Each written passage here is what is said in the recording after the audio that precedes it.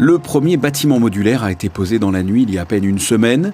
7 jours plus tard, le ministre d'État visite les locaux de ce qui constituera à partir de lundi le nouveau lycée Albert Ier, en attendant de réintégrer leur lycée définitivement sur le Rocher.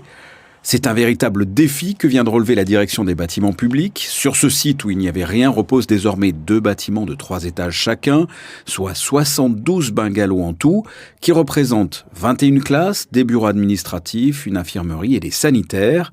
À l'issue de sa visite, le ministre d'État a tenu à saluer et remercier l'ensemble des intervenants pour avoir pu construire un lycée en si peu de temps. Mon objectif aujourd'hui est double. C'est d'abord de m'assurer avec les membres du gouvernement concernés que les locaux seront effectivement disponibles pour la rentrée le 26 janvier prochain. Nous avions annoncé cette date pour permettre le retour en présentiel de tous les élèves du lycée Albert Ier. Et c'est le cas puisque aujourd'hui, les locaux sont disponibles, fonctionnels et ont été aménagés dans un temps record par les équipes qui se sont mobilisées dans cette perspective. Et c'est précisément la deuxième raison pour laquelle je souhaitais venir aujourd'hui. C'était pour exprimer tous mes remerciements et ma gratitude au service de l'administration, à toutes les équipes qui ont été à la manœuvre pendant ces 3 semaines pour préparer les conditions d'installation.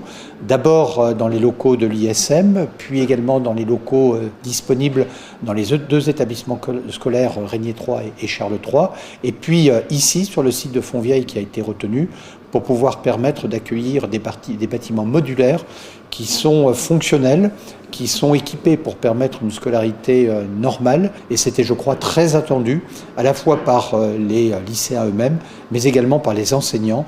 Et c'est un motif pour moi de grande satisfaction. Et je venais donc aujourd'hui l'exprimer à l'occasion de cette visite. Des travaux de jour comme de nuit, et même ce week-end pour les dernières finitions. Le dernier module a été livré dans la nuit d'hier. Actuellement en cours d'aménagement intérieur. Toute la détection incendie a déjà été installée, mise en service ce matin par le fabricant.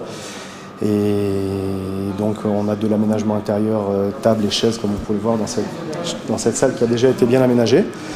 Et nettoyage pour les quelques aménagements extérieurs qui restent sur les éléments de sécurité, de garde-corps, de rampe d'accès pour les PMR toujours. Et là, on est vraiment sur la dernière ligne droite, mais qui est dans une ambiance un petit peu plus détendue. Lors de cette visite, des représentants de la direction de l'éducation nationale, de la jeunesse et des sports étaient présents pour découvrir ces nouveaux locaux. Ça a été une vraie course contre la montre et les services de l'État ont vraiment joué un rôle très important.